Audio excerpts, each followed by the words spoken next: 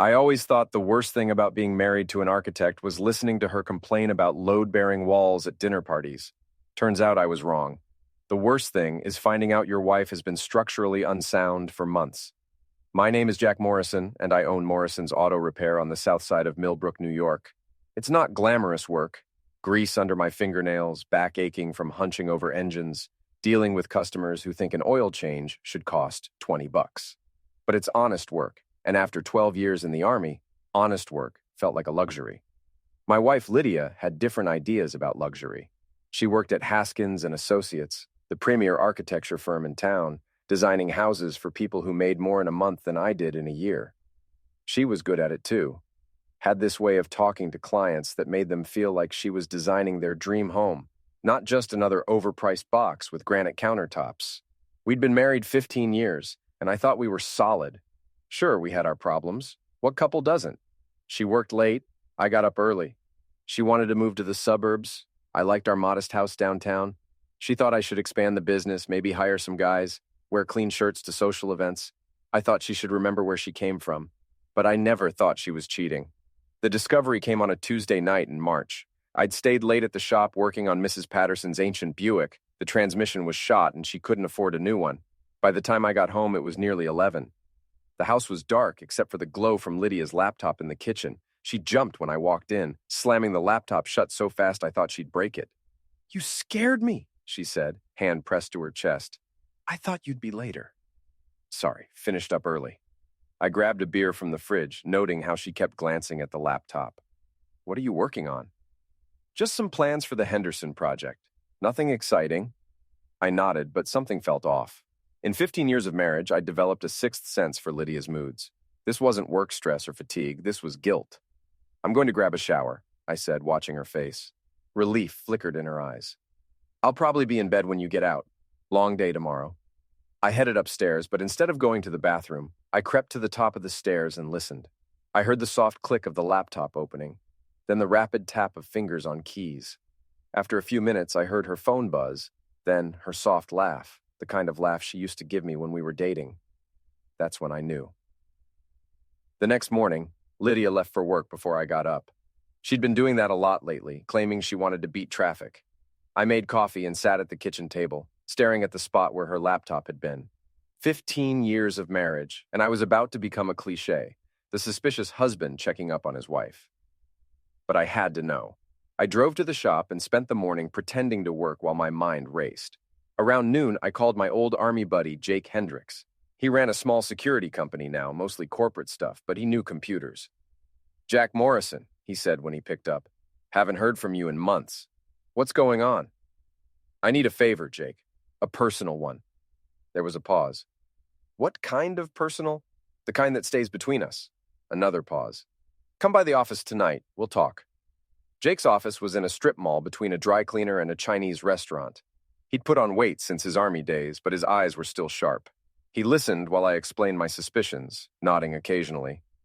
"You sure you want to go down this road?" he asked when I finished. "Sometimes it's better not to know." "I'm sure." He sighed and pulled out a small device that looked like a flash drive. "This will clone her laptop's hard drive. Just plug it in when she's not around. Wait for the light to turn green, then bring it back to me. I'll have everything copied within 24 hours. "Is this legal?" "It's your house, your Wi-Fi network. Legally speaking, you're fine. Morally speaking, that's between you and your conscience." I took the device. "How much do I owe you?" "Nothing. Just promise me something. Whatever you find, don't do anything stupid. Come talk to me first." I promised. But we both knew I was lying. Getting access to Lydia's laptop was easier than I'd expected. She left it charging in the kitchen the next morning while she showered. I plugged in Jake's device and watched the tiny light blink red, then amber, then green. The whole process took less than 3 minutes. 24 hours later, I was sitting in Jake's office, staring at a computer screen that contained my wife's digital life. Emails, photos, browser history, text messages, everything synced from her phone and laptop. "You want me to walk you through it?" Jake asked gently. "No, I need to see it myself." He nodded and left me alone with the evidence of my marriage's collapse. The affair had been going on for 4 months. His name was Derek Castellano, and he was everything I wasn't: wealthy, sophisticated, connected. He owned Castellano Development, the company responsible for half the new construction in Millbrook. He drove a Porsche, lived in a lakeside mansion, and apparently had a thing for married architects. The emails were bad enough. Intimate conversations about their future together, complaints about their respective spouses, plans for weekend getaways. But the photos were worse. Lydia in lingerie I'd never seen, poses she'd never struck for me, expressions of desire I hadn't seen on her face in years. The worst part wasn't the betrayal. It was how happy she looked. I scrolled through months of messages, watching my marriage disintegrate in real time. Derek was planning to leave his wife Sarah after his daughter's graduation. Lydia was going to ask for a divorce in the fall. They'd already looked at houses in Albany where Derek was expanding his business. I'd been written out of my own life, and I hadn't even known it. Jake returned with coffee and sat quietly while I absorbed the full scope of their deception. Hotel receipts, restaurant reservations, even a jewelry purchase. A diamond bracelet I'd never seen Lydia wear. "I'm sorry, Jack," he said finally. "I know this isn't what you wanted to find." I closed the laptop and looked at him. "Actually, it's exactly what I needed to find. What are you going to do?" "I'm going to think about it." But I already knew what I was going to do. I was going to make them pay. That night, I sat in my living room with a beer and a legal pad, planning my revenge. I wasn't going to be the pathetic husband who begged his wife to stay. I wasn't going to be the guy who confronted the other man and got his ass kicked. I was going to be smart about this. Lydia came home late, as usual, claiming she'd been working on the Henderson project. She kissed my cheek absently and headed upstairs to shower. I watched her go, noting the new confidence in her walk, the way she hummed under her breath. She was happy, and it wasn't because of me. While she showered, I opened her purse and found the diamond bracelet Derek had bought her, hidden in a small velvet pouch behind her business cards. I photographed it, then put everything back exactly as I'd found it. Over the next week, I gathered intelligence like I was planning a military operation. I learned Derek's routines, his habits, his weaknesses. I followed him to his office, his gym, his favorite restaurant. I noted the security at his house, the make and model of his cars, the names of his employees. I also started paying attention to Lydia in ways I hadn't in years. Not as a loving husband, but as an opponent. I cataloged her lies, her excuses, her tells. I memorized her schedule and cross-referenced it with Derek's. I was building a case, and when I was ready, I'd present it to the jury of public opinion. But first, I needed allies. Frank Kowalski owned Murphy's Tavern on the east side of town, and he'd been running an underground MMA gym in the back room for the past 5 years. I'd been training there 3 nights a week since I got out of the Army. It helped with the stress, and Frank was good people. He'd done 2 tours in Afghanistan before an IED took his left leg below the knee. Now, he walked with a slight limp and had zero tolerance for bullcrap. "You look like hell," he said when I walked into the gym Thursday night. "Feel worse." I told him about Lydia and Derek while we wrapped my hands. Frank listened without judgment, one of the things I appreciated about him. He'd seen enough real problems to know the difference between drama and genuine crisis. "What do you need?" he asked when I finished. "Advice, and maybe some help when the time comes." "What kind of help?" "The legal kind. Nothing that'll get us arrested." Frank grinned, the same expression he'd worn before every mission in Afghanistan. "Now you're talking my language." We spent the next hour working the heavy bag while Frank outlined the rules of engagement. No violence. We weren't thugs. No illegal activity. We weren't criminals. But humiliation, embarrassment, and social destruction, those were fair game. "The thing about rich guys like Derek," Frank said, "is they care more about their reputation than their money. Hit them where it hurts, their pride, their social standing, their business relationships. Make them radioactive." "And Lydia? She's choosing him over you, which means she's choosing his world over yours. Show her what that world really looks like when the mask comes off." I left the gym feeling better than I had in weeks. I had a plan, I had an ally, and I had nothing left to lose. The first strike came the following Monday. Derek always parked his Porsche in the same spot at his office building, a reserved space right by the front entrance where everyone could see it. The car was his pride and joy, a silver 911 Turbo that probably cost more than I made in 2 years. I didn't damage it. That would have been crude, and it would have given him sympathy. Instead, I did something worse. I made it a joke. Using skills I'd learned in the Army and perfected at the shop, I gained access to the car's computer system through the diagnostic port. Modern cars are basically computers on wheels, and if you know what you're doing, you can reprogram them in interesting ways. I set the horn to beep shave and a haircut every time he started the engine. I programmed the radio to play only country music at maximum volume. I adjusted the seat settings so they'd randomly change while he was driving. And as a finishing touch, I set the GPS to give all directions in a thick southern accent. The beauty of it was that nothing was broken. A competent mechanic could fix everything in an hour. But Derek would have to figure out what was wrong first, then find someone he trusted to fix it without asking questions. I watched from across the street as he discovered my handiwork. The horn started beeping as soon as he turned the key, followed immediately by Dolly Parton at ear-splitting volume. He fumbled for the radio controls, but they wouldn't respond. The seat suddenly tilted back, then forward, then began vibrating. Other people in the parking lot started staring, then laughing. Derek's face went red as he tried to maintain his dignity while wrestling with a car that seemed possessed. Finally, he turned off the engine and got out, straightening his tie and pretending nothing had happened. But I could see the anger in his shoulders, the humiliation in his quick, jerky movements. He'd gotten the message, even if he didn't know who'd sent it. That evening, I was working late at the shop when Lydia called. "Jack, did you hear about Derek Castellano's car?" "Who?" "The developer. His car went crazy today in front of his office. Everyone's talking about it." "Huh, sounds like a computer problem. Those fancy cars are nothing but trouble. It's just so weird, like someone played a prank on him. Maybe he has enemies. Rich guys usually do." There was a pause. "Maybe. Anyway, I'll be home late tonight. The Henderson project is behind schedule." "Sure thing. I'll leave dinner in the fridge." After she hung up, I smiled for the first time in weeks. The game had begun, and I was already winning. Derek's car troubles were just the opening move. Over the next 2 weeks, I escalated the psychological warfare while gathering more intelligence on both targets. I learned that Derek was a creature of habit. Every Tuesday and Thursday, he had lunch at Chez Laurent, the most expensive restaurant in town. He always sat at the same table, always ordered the same wine, and always made a show of paying with his black American Express card.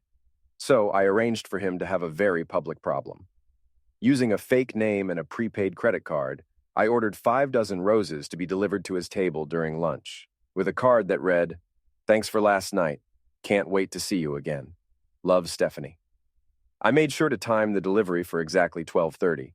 When the restaurant would be packed with the local business crowd, Derek's wife Sarah was named Susan, not Stephanie. His secretary was named Jennifer. The only Stephanie in his orbit was his business partner's 22-year-old daughter, who worked as a receptionist at his office. I watched from the bar as the flowers arrived. Derek's face went white, then red, then white again.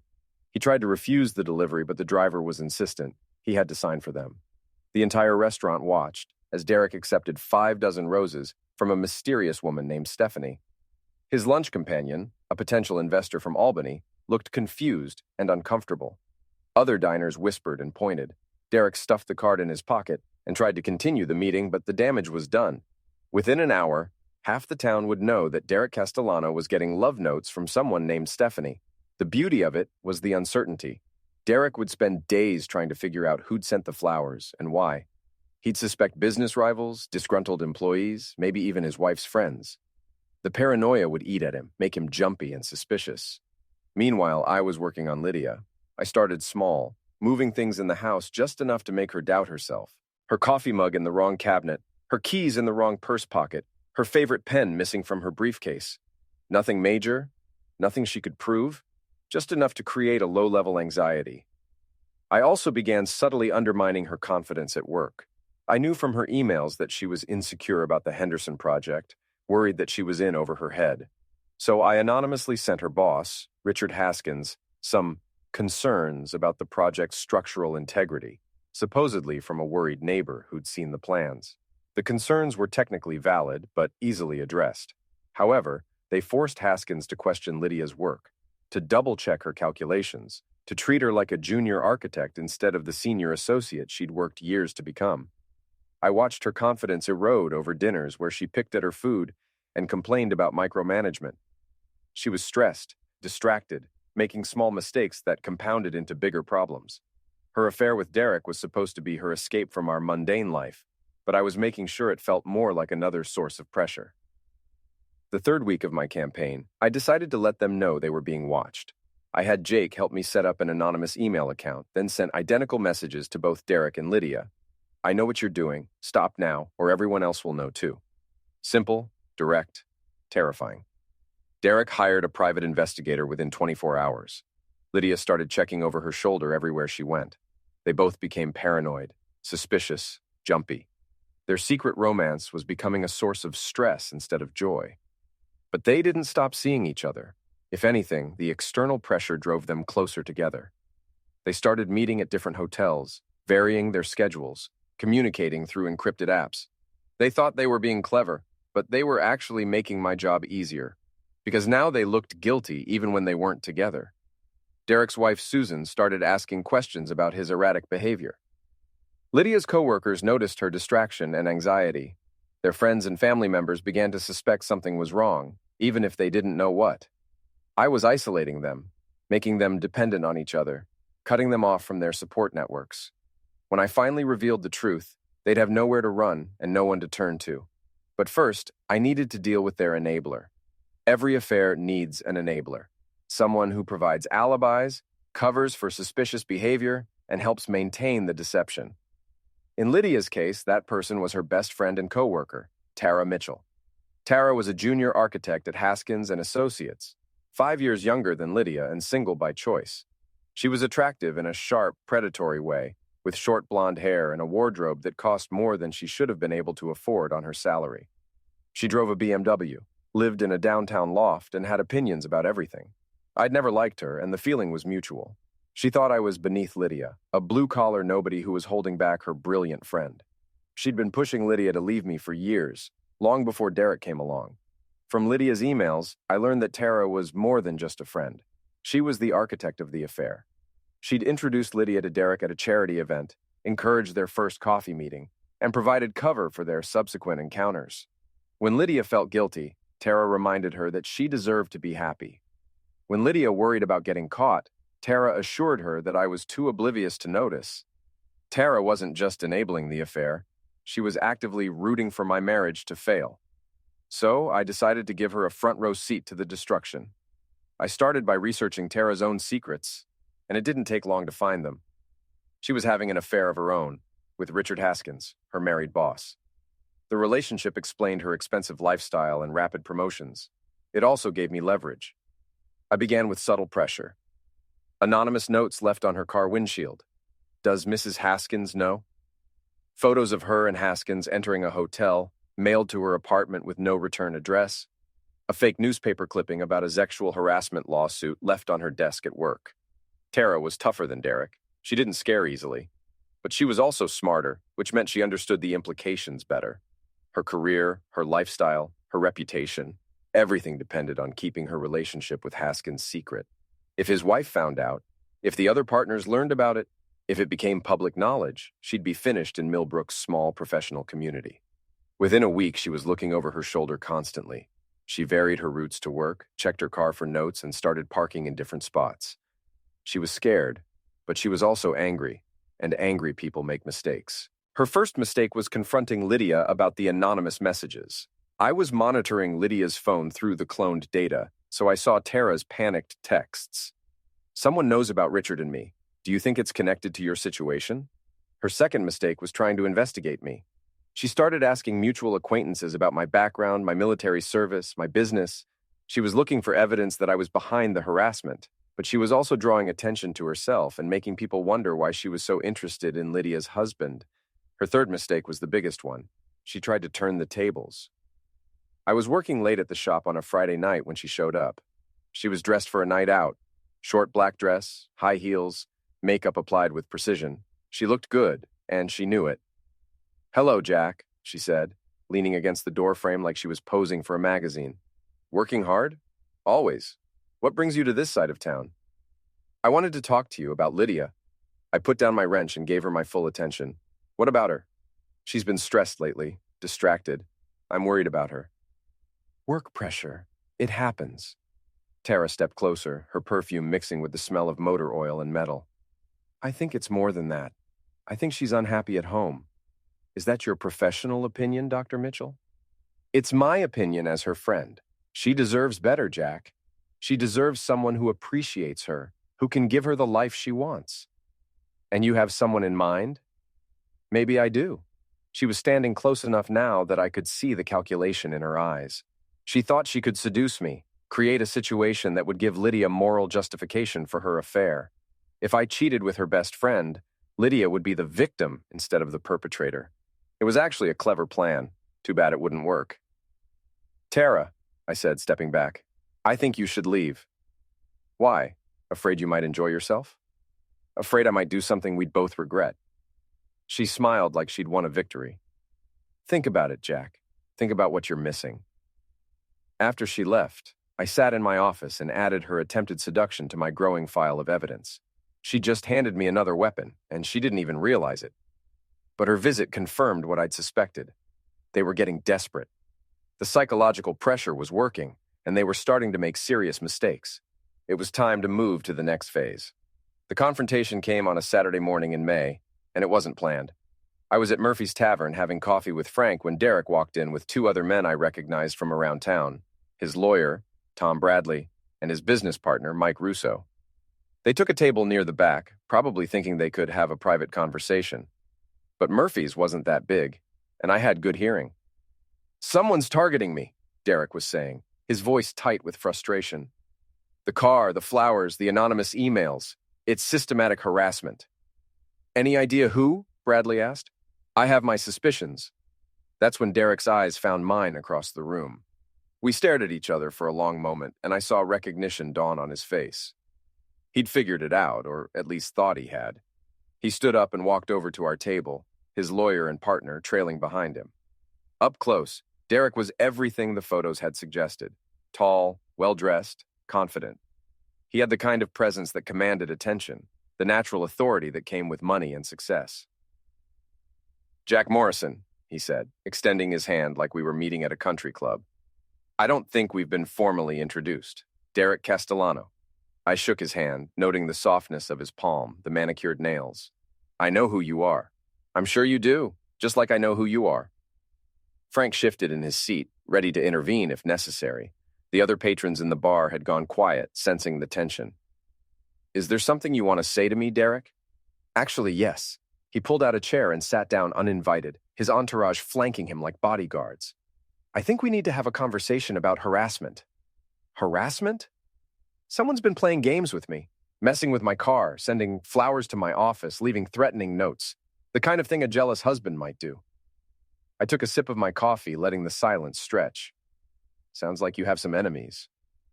I have one enemy, and he's sitting right across from me. The bar was completely quiet now. Even the bartender had stopped moving, watching our table like it was a boxing match. That's a serious accusation, I said. You have any proof? Derek's jaw tightened. I don't need proof, I know. Knowing and proving are different things. You should ask your lawyer about that. Bradley leaned forward. Mr. Morrison, if you're responsible for the incidents my client described, you could be facing criminal charges. Harassment, stalking, destruction of property. What destruction of property? I interrupted. Has anything actually been damaged? The lawyer paused, realizing the trap. Well, no, but then what crime has been committed? Sending flowers? That's not illegal. Neither is having car trouble or receiving anonymous emails. Annoying, maybe, but not criminal. Derek slammed his hand on the table, making the coffee cups jump. Cut the bullcrap, Morrison. We both know what this is about. Enlighten me. It's about your wife. The words hung in the air like a challenge. Frank's hand moved to the edge of the table, ready to act. The other customers held their breath. What about my wife? I asked calmly.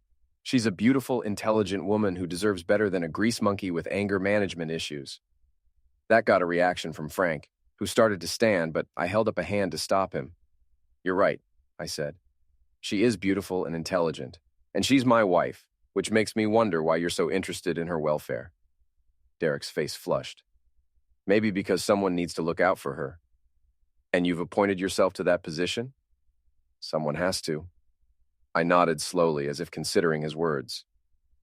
Tell me something, Derek. How long have you been looking out for my wife?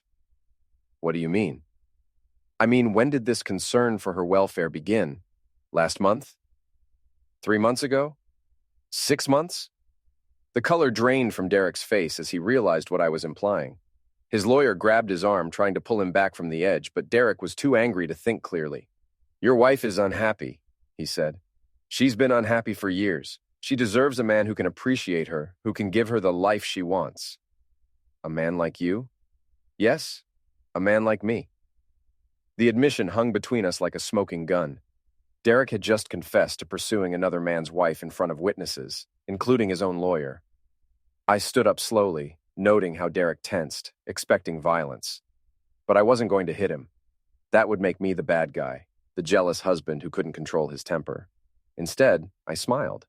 "Derek," I said, loud enough for the entire bar to hear, "if my wife wants to leave me for a better man, that's her choice.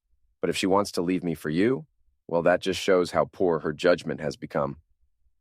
I dropped a $10 bill on the table and headed for the door.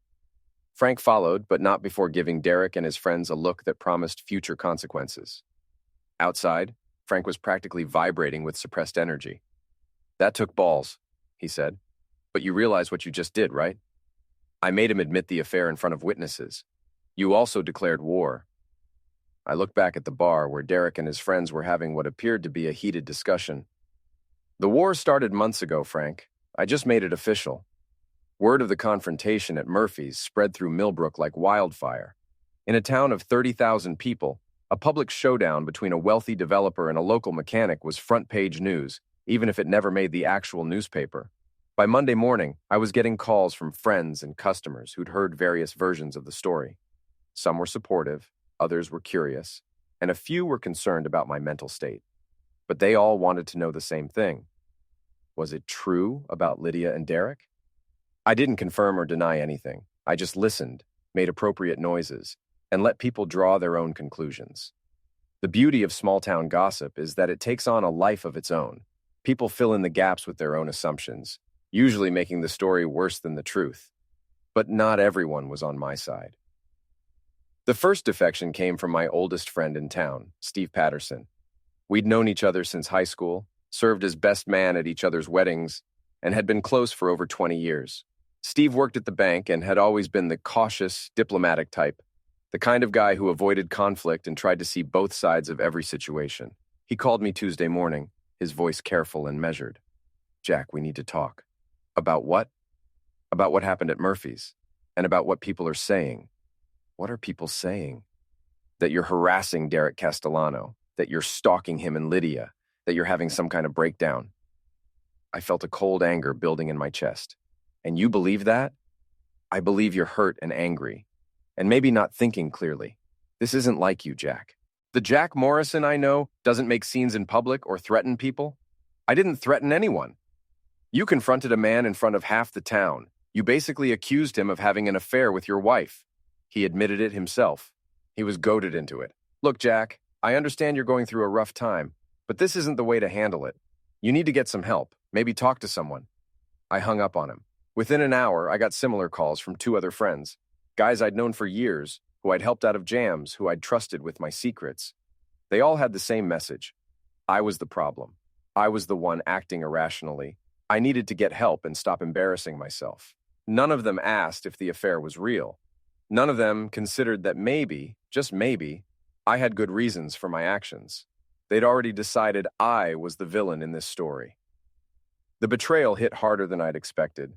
These weren't casual acquaintances. These were people I'd considered family, and they were choosing to believe the worst about me rather than question the narrative being spun by Derek and his allies. But the worst defection came Wednesday evening, when my own daughter called. Madison was 19, a sophomore at SUNY Albany studying communications.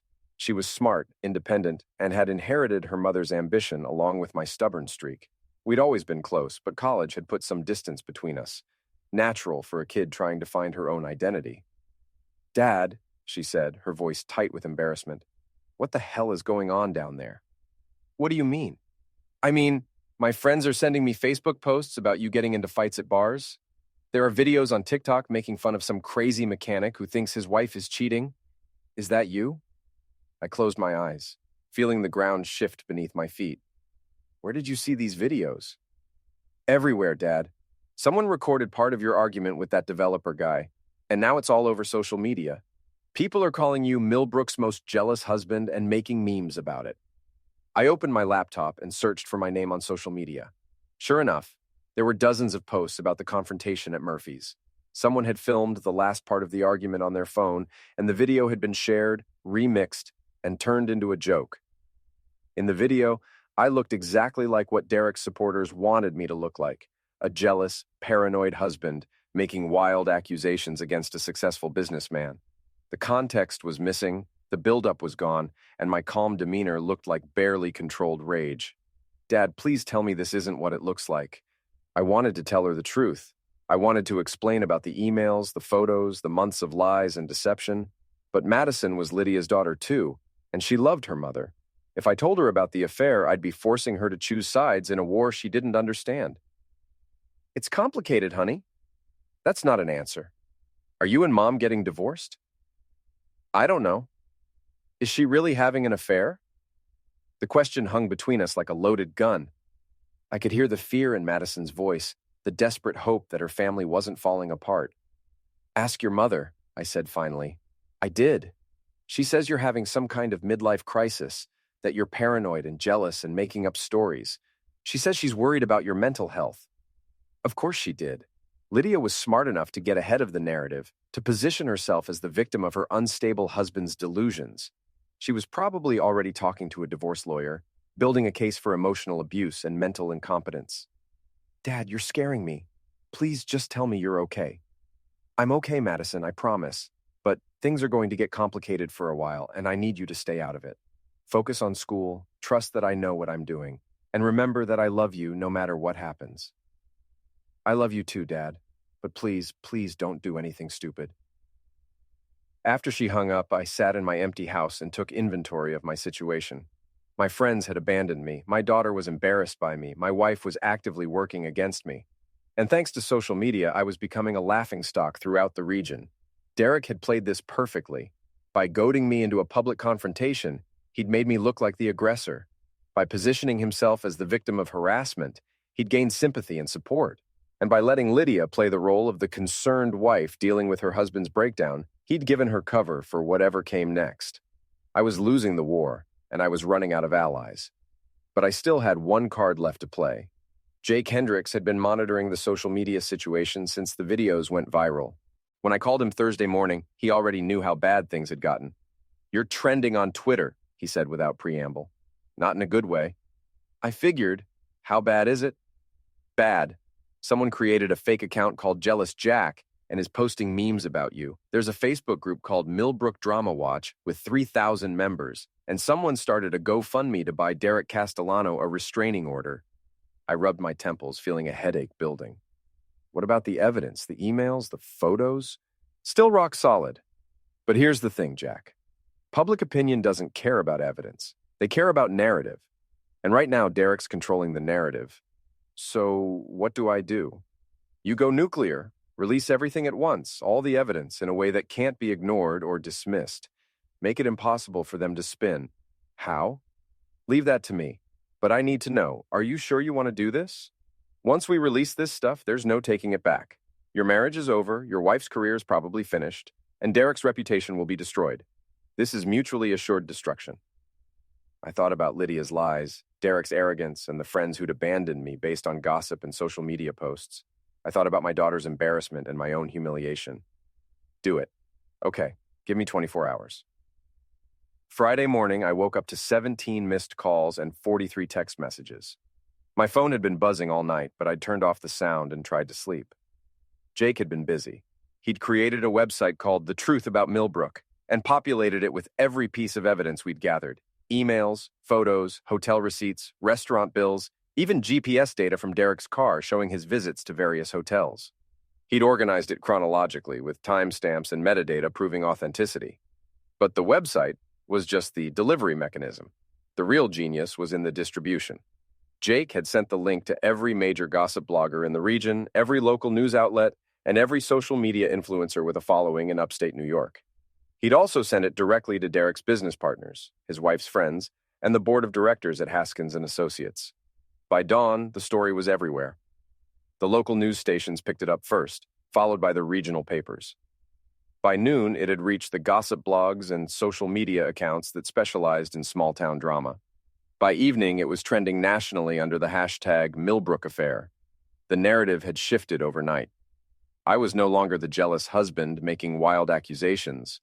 I was the wronged man who'd been systematically gaslighted by his cheating wife and her wealthy lover. The evidence was too comprehensive to dismiss, too detailed to fake. Derek tried to control the damage, releasing a statement through his lawyer claiming the evidence had been obtained illegally and was being taken out of context. But it was too late. His wife had already filed for divorce, his business partners were distancing themselves from him, and his reputation was in free fall. Lydia's response was more sophisticated. She hired a crisis management firm and tried to position herself as another victim, a woman who'd been driven into another man's arms by her husband's emotional abuse and surveillance. She gave an interview to a local news station, tearfully explaining how she'd felt trapped and monitored, how my behavior had become increasingly controlling and paranoid. It might have worked, except for one thing. The evidence showed she'd been planning to leave me long before I'd started investigating her. The emails proved she'd been actively deceiving me for months, not responding to my supposed abuse. The court of public opinion is fickle, but it doesn't like being lied to. And Lydia had been lying to everyone. Me, her friends, her co-workers, even her own daughter. Madison called me Friday night, her voice small and confused. "Dad, I saw the news. Is it all true?" "Yes, honey, I'm sorry you had to find out this way." "Why didn't you tell me?" "Because I didn't want you to have to choose sides. I still don't. But Mom lied to me. She looked me in the eye and said you were making it up." "Your mother made some bad choices, Madison, but she's still your mother, and she loves you. How can you defend her after what she did?" "I'm not defending her. I'm defending your relationship with her. Whatever happens between your mother and me, she's the only mother you'll ever have." Madison was crying now, the sound breaking my heart. "I don't understand any of this. Why did she do it? Why did she throw away our family?" "I don't know, sweetheart. I wish I did." "What happens now?" "Now we figure out how to move forward. All of us." But moving forward was going to be harder than I'd anticipated. The nuclear option had worked. Derek and Lydia were exposed, humiliated, and facing serious consequences for their actions, but the fallout was affecting everyone in their orbit, including people I cared about. The revelation had destroyed more than just my marriage. It had shattered the illusion of stability that small towns depend on, the belief that people are basically good and that families stay together. Now everyone in Millbrook was looking at their own relationships with suspicion, wondering what secrets their neighbors might be hiding. I'd gotten my revenge, but the victory felt hollow. I'd won the war, but the battlefield was scorched earth, and I was standing in the middle of it alone. The aftermath was swift and brutal. Derek's construction company lost 3 major contracts within a week as clients distanced themselves from the scandal. His business partners bought out his share of the firm at a steep discount, effectively forcing him into early retirement. His wife took him for half of everything in the divorce, including the lakeside mansion and the Porsche that had started this whole mess. He left town quietly on a Tuesday morning, loading his remaining possessions into a rented truck and driving away without saying goodbye to anyone. I heard later that he'd moved to Florida, where his brother owned a small real estate company. The man who'd once been the king of Millbrook's development scene was reduced to selling condos to retirees. Lydia's fall was more complicated but equally devastating. The architecture firm couldn't fire her outright. She hadn't technically done anything illegal, and they were afraid of a wrongful termination lawsuit. But they made it clear that her career there was over. She was moved to a smaller office, given less important projects, and gradually frozen out of major decisions. She tried to tough it out for a few months, but the whispers and sideways glances eventually wore her down. She resigned in August and took a job with a firm in Syracuse, starting over at a lower salary and with a damaged reputation. The house went up for sale in September. Lydia moved into a small apartment near her new job, and I bought out her share of our home with money from my retirement account. It was expensive, but I couldn't bear the thought of strangers living in the place where I'd built my life. Madison transferred to Syracuse University to be closer to her mother, but she called me every week and visited every other weekend. The scandal had shaken her faith in relationships and family, but it had also made her more independent and self-reliant. She was majoring in journalism now, saying she wanted to understand how truth and narrative intersect in the modern world. The friends who'd abandoned me during the crisis tried to reconcile after the evidence came out. Steve Patterson called to apologize, claiming he'd just been trying to look out for my best interests. The others made similar overtures, but the damage was done. I was polite, but distant, civil, but not friendly. They'd shown me who they really were when it mattered, and I wouldn't forget. But I did make new friends, people who'd supported me during the worst of it, who'd believed in me when everyone else thought I was crazy. Frank Kowalski became more than just my MMA coach. He became the brother I'd never had. Jake Hendricks proved that military bonds run deeper than civilian friendships. And surprisingly, some of Derek's former enemies reached out to me, people who'd been waiting years for someone to expose his true character. The business actually benefited from the notoriety. People drove from 3 counties away to meet the mechanic who'd outmaneuvered a wealthy developer and exposed one of the biggest scandals in regional history. I hired 2 additional mechanics and expanded into custom restoration work, specializing in classic muscle cars. Tara Mitchell disappeared from the story as quickly as she'd entered it. Richard Haskins quietly ended their affair and transferred her to the firm's Buffalo office, where she couldn't cause any more local drama. She sent me a single text message after the evidence went public. "You win." I never responded. By Christmas, Millbrook had moved on to other scandals and gossip. The affair that had dominated local conversation for months became old news, relegated to the kind of story people told newcomers to explain the town's recent history. But for me, the real reckoning wasn't about revenge or vindication. It was about understanding what I'd learned about myself in the process. I'd discovered that I was capable of patience and planning in ways I'd never imagined. The military had taught me discipline and tactics, but this situation had required a different kind of strategic thinking: psychological warfare instead of physical combat, reputation destruction instead of enemy elimination. I'd also learned that I was more ruthless than I'd ever suspected. When pushed to the edge, I hadn't just fought back. I'd systematically destroyed my enemies' lives with a precision that surprised even me. It was a sobering realization about my own capacity for calculated vengeance. Most importantly, I'd learned that winning wasn't always the same as succeeding. I'd gotten everything I'd wanted. Derek was ruined, Lydia was exposed, and my name was cleared. But the victory had cost me my marriage, my family, and my faith in the people I'd trusted most. Was it worth it? That was a question I asked myself every night as I sat in my empty house drinking beer and watching the news. I'd chosen truth over peace, justice over forgiveness, revenge over reconciliation. Those choices had consequences that rippled far beyond my original intentions. But I couldn't honestly say I regretted them. Derek and Lydia had made their choices first, and they'd been prepared to destroy my life to protect their secret. I'd simply refused to be their victim. The real question wasn't whether I'd done the right thing. It was what kind of man I'd become in the process, and whether I could live with that man for the rest of my life. Spring came early to Millbrook the following year, and with it, a sense of renewal that I hadn't felt in decades. The shop was busier than ever. My relationship with Madison had grown stronger, and I'd found a kind of peace in my solitude that surprised me. I wasn't dating, wasn't even interested in the possibility. The experience with Lydia had left me wary of trusting anyone with my heart again. But I was content in ways I hadn't been during the final years of my marriage, when I'd been trying to hold together something that was already broken. Frank had been pushing me to get back out there, introducing me to single women at the gym and the bar. But I wasn't ready. Maybe I never would be. Some betrayals cut so deep that they change your fundamental understanding of human nature. And I was still processing what I'd learned about the people closest to me. The legal aftermath had finally concluded in March. Lydia and I had divorced quietly, without drama or contested assets. She'd kept her retirement account and her car. I'd kept the house and the business. We'd agreed to split Madison's remaining college expenses, and we'd both committed to staying out of each other's lives going forward. Derek had tried to sue me for harassment and invasion of privacy, but his lawyer had eventually convinced him to drop the case.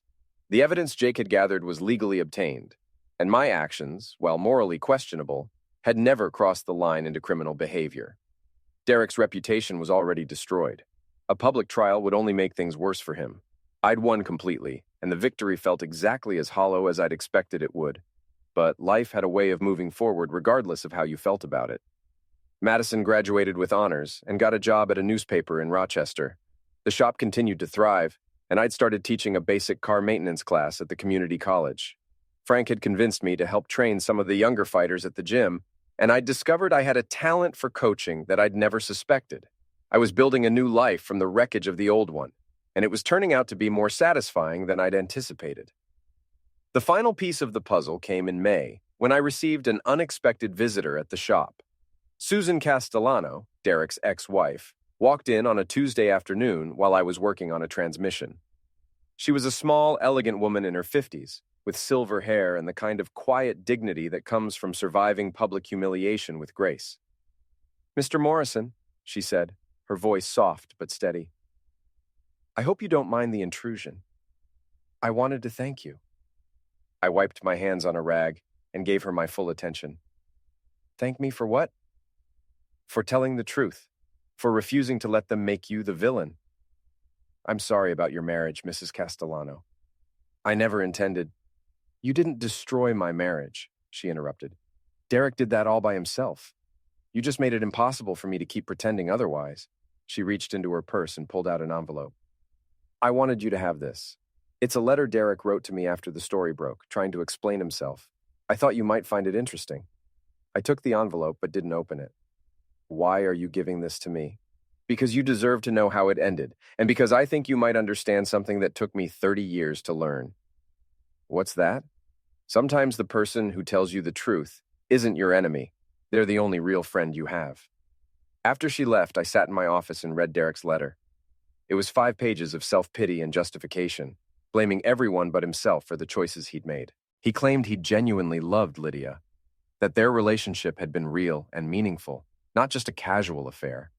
He insisted that I'd destroyed something beautiful out of jealousy and spite.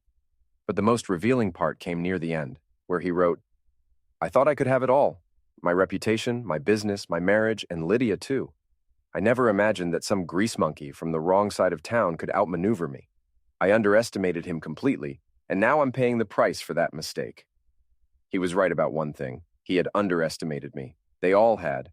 Derek, Lydia, Tara, even my so-called friends had all assumed I was too simple, too trusting, too passive to fight back effectively. They'd mistaken patience for weakness, quietness for stupidity. It was a mistake they'd never make again. As summer settled over Millbrook, I found myself thinking less about the past and more about the future. Madison was thriving in her new job, sending me articles she'd written and stories about her adventures in the big city. The shop was expanding again. I was considering buying the building next door and adding a full restoration bay. Frank had started talking about retirement, and he'd hinted that he might want to sell me the gym when the time came. The idea appealed to me, combining my two passions under one roof, creating something that was entirely mine. I was 43 years old, single, and starting over. Most people would see that as a tragedy, the result of a failed marriage and a life derailed by betrayal. But I saw it as an opportunity, a chance to build something new and better from the foundation of hard-won wisdom. I'd learned that I was stronger than I'd known, more resourceful than I'd suspected, and more ruthless than I'd ever imagined. Those weren't necessarily admirable qualities, but they were useful ones. And in a world where people were willing to lie, cheat, and betray the ones who loved them most, useful qualities might be more valuable than admirable ones. The phone rang, interrupting my thoughts. It was a potential customer asking about a restoration job, a 1969 Camaro SS that had been sitting in a barn for 20 years. The owner wanted to bring it back to life, to make it better than it had ever been. "Bring it in," I told him. I specialize in resurrection. 2 years later, I was working late at the shop when I heard a car pull up outside. It was nearly 10 o'clock, and I wasn't expecting anyone. I grabbed a wrench, old habits from the army, and walked to the front door. The car was a rental, and the woman getting out of it was Lydia. She looked different, thinner, more tired, with lines around her eyes that hadn't been there when we were married. Success in Syracuse had apparently come at a cost, and she was paying it in stress and exhaustion. "Hello, Jack," she said, standing awkwardly by her car like she wasn't sure she was welcome. "Lydia, what brings you to town?" "Madison's graduation party is tomorrow. I thought maybe we could talk before then, clear the air." "What's to clear? We're divorced. You're living your new life. I'm living mine." "I know, but we're going to be in each other's lives forever because of Madison, and I thought maybe we could find a way to be civil about it." I considered telling her to leave, that we had nothing to say to each other, but curiosity won out over anger. "Come in. Coffee? Please." We sat in my office, drinking coffee and avoiding eye contact like strangers forced together by circumstance, which I suppose was exactly what we were. "You look good," she said finally. "Healthy, content." I'm glad. I was worried about you for a while there." "Were you? Or were you worried about what I might do next?" She flinched at the directness of the question. "Both, I suppose." "You scared me, Jack. The man who exposed Derek and me. That wasn't the man I married." "No, it wasn't. The man you married was naive enough to trust you. The man you met at Murphy's had learned better." "I deserved that. I deserved all of it, I suppose. But it still hurt. It was supposed to hurt. That was the point." We sat in silence for a moment, the weight of our shared history filling the space between us. "Do you ever regret it?" she asked. "The way you handled things? Do you regret the affair?" "Yes. Not because I got caught, but because of what it cost. Our marriage, our family, Madison's faith in relationships. Derek wasn't worth all that." "Then why did you do it?" She was quiet for a long time, staring into her coffee cup like it might hold the answers she was looking for. "Because I was bored," she said finally. "Because I felt like I was disappearing into our routine, our life, our expectations. Derek made me feel alive again, important, desired. It was selfish and stupid, but it felt necessary at the time. And now? Now I realize that feeling alive and being alive are different things. I was so focused on what I thought I was missing that I destroyed what I actually had." It was the closest thing to a real apology I'd ever gotten from her, and it was probably as close as I ever would get. "I'm sorry, Jack, for all of it. You didn't deserve what I put you through." "No, I didn't, but I survived it. We both did." "Did we? Sometimes I feel like I'm still paying for those choices, still trying to rebuild what I tore down." "That's the thing about consequences, Lydia. They don't have expiration dates." She nodded, accepting the truth of it. "Madison thinks you're a hero, you know. The way you fought back, refused to be a victim, she's proud of you. She should be proud of herself. She handled this mess better than any of us. She did. She's stronger than either of us, I think." Lydia finished her coffee and stood up. "I should go. I just wanted to say that I'm sorry, and that I hope we can be decent to each other going forward, for Madison's sake." "We can be decent, but we'll never be friends." "I know. I wouldn't expect that." She walked to the door, then turned back. "For what it's worth, I think you're better off without me. The man you've become, he's someone I could have loved. But I was too selfish to see what I had when I had it." After she left, I sat in my office and thought about forgiveness, redemption, and the price of truth. Lydia's apology didn't change anything.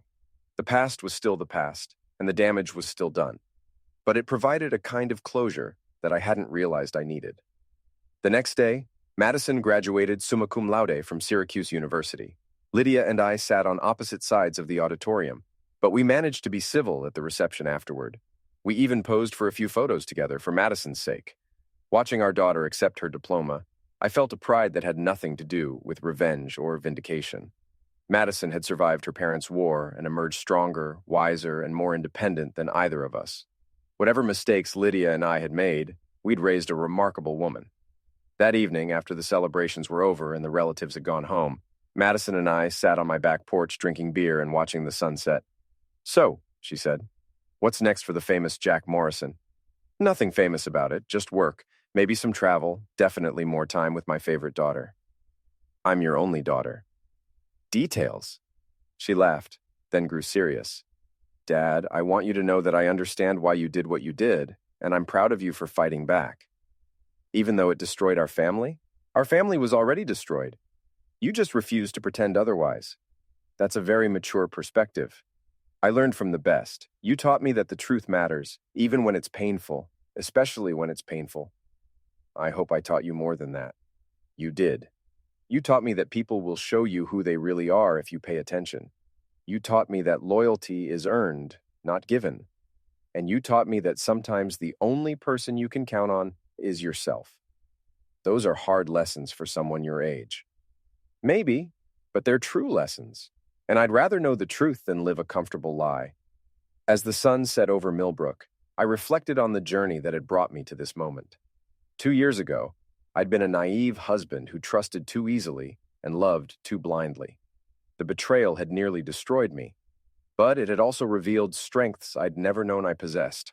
I'd lost my marriage, but I'd gained my self-respect. I'd lost some friends, but I'd discovered who my real friends were. I'd lost my illusions about human nature, but I'd gained a clearer understanding of the world as it actually was, not as I'd wanted it to be. Most importantly, I'd learned that survival wasn't just about enduring hardship, it was about refusing to let that hardship define you.